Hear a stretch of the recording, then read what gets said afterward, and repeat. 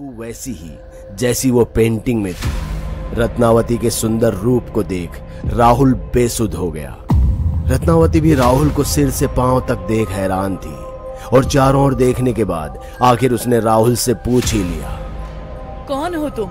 हमारी दासियां कहाँ हैं? और ये हमारा कमरा इस हाल में कैसे? जी मेरा नाम राहुल है।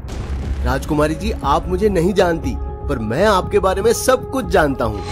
ये साल 2021 है, आपके समय से 350 साल बाद। कॉलेज में जब से आपके बारे में पढ़ा और सुना था, तब से आपको देखने की इच्छा थी। अब आप सामने खड़ी हैं तो यकीन ही नहीं हो पा रहा।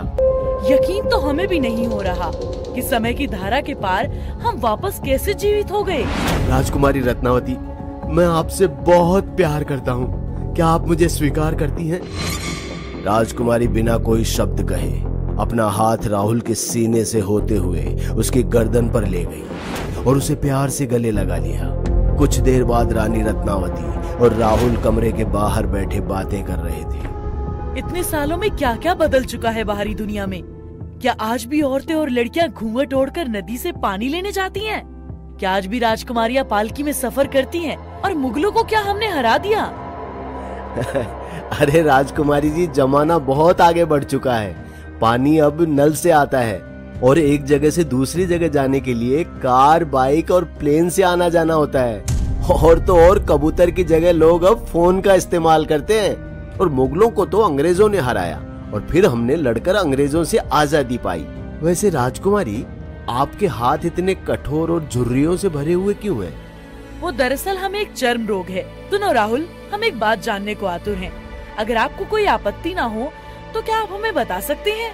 हाँ हाँ बिल्कुल, पूछिए ना। हमें वापस कैसे लाए तुम? हमारा मतलब तुम्हारे लिए मुश्किल रहा होगा ना?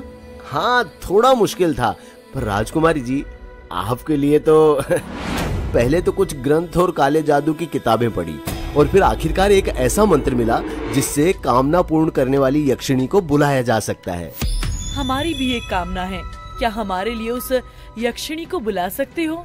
राहुल, जो रत्नावती के प्यार में अंधा हो चुका था, बिना ज्यादा सोचे यक्षिणी को मंत्र पढ़कर बुलाता है। यक्षिणी पहले की तरह ही जमीन से अवतरित होती है। ये यक्षिणी मेरी कामना है। मैं अपने हर रोग से मुक्त होना चाहती हूँ और अपने सुंदर रूप के साथ एक अनंत जीवन व्यतीत करना चाहती हूँ।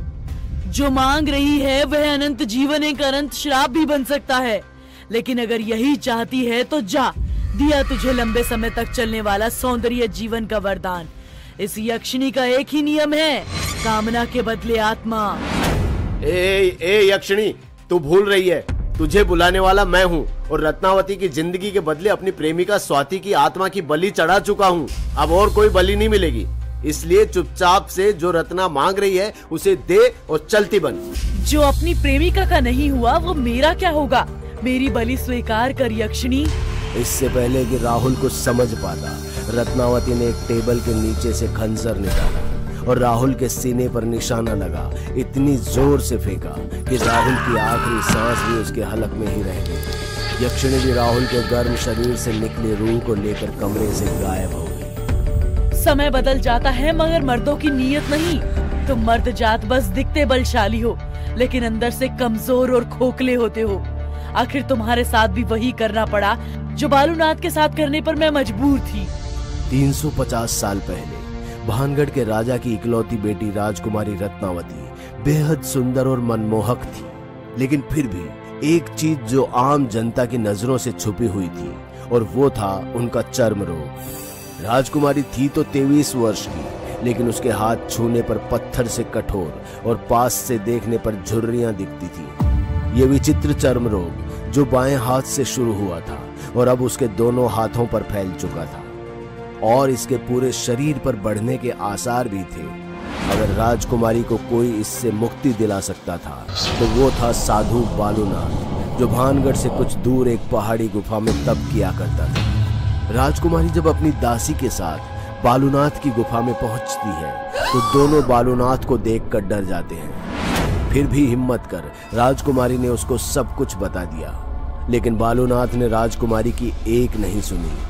वो तो बस राजकुमारी की खूबसूरती को ही निहारता रहा, जिससे राजकुमारी को बालूनाथ की नीयत ठीक नहीं लग रही थी। इसी कारण राजकुमारी ने अपने गुप्तचर उसकी गुफा के आसपास छोड़ दिए और 2 दिन बाद गुप्तचर ने बालूनाथ को एक इत्र की शीशी को देख कहते सुना, ये इत्र ना सिर्फ रत्नावती की बीमारी का इलाज करेगा परंतु उसे मेरा गुलाम भी बना देगा। वो मेरी दीवानी हो जाएगी, मेरे अलावा उसे कोई हासिल नहीं कर सकता। राजकुमारी के कानों में जब ये बात गई तो वो अगले ही दिन अपनी दासी के साथ गुफा में आ गई। बालूनाथ ने भी अपने मन मुताबिक राजकुमारी को इत्र की शीशी थमाते हुए कहा, लीजिए राजकुमारी जी, इस इत्र को अपनी दोनों कलाइयों पर लगाइए और इसकी महक लेने के बाद देखिए क्या कमाल होता है। बालूनाथ की बात सुन राजकुमारी ने इत्र की शीशी अपने हाथ में ले ली, लेकिन अगले ही पल उसे पास की चट्टान पर दे मारा, जिससे वो चट्टान हवा में उड़ बालूनाथ के ऊपर आ गिरा। तुम्हें क्या लगा इस इत्र को सूंघते ही मैं तुम्हारे वश में हो जाऊंगी, तुम्हारी दीवानी हो जाऊंगी? कभी नहीं। मेरे जैसी सुंदर राजकुमारी तुम जैसे बदसूरत तपस्वी को अपना पति कभी स्वीकार नहीं करेगी। रत्नावती, अगर तुम मेरी नहीं हो सकी तो किसी और की भी नहीं हो पाओगी। इस राज्य ने मुझसे मेरा सब कुछ छीन लिया है और जाते जाते मैं भी भानगढ़ का सब कुछ छीन लूंगा। भानगढ़ और उसके लोगों को मेरा श्राप है। भानगढ़ उजड़ जाएगा और फिर दोबारा कभी नहीं बस पाएगा और इस राज्य की सभी औरतें इसी क्षण बांझ बन जाएगी। इसी क्षण से इसी के साथ बालूनाथ ने अपनी आखिरी सांस ली और उसके मरते ही पूरी गुफा कांपने लगी। राजकुमारी तो किसी तरह उस गुफा से निकल आई, पर उसकी दासी एक चट्टान के नीचे गुफा के अंदर ही दबकर मर गई और महज कुछ ही दिनों में बालूनाथ का कहा सच हो गया। मुगलों ने भानगढ़ पर हमला कर उसे लूट लिया और राजकुमारी रत्नावती को उनके किले की दीवार से फेंक मार दिया गया। वो दिन है और आज का दिन है। बालूनाथ के श्राप ने आज तक भानगढ़ को एक बंजर सभ्यता बनाए रखा है।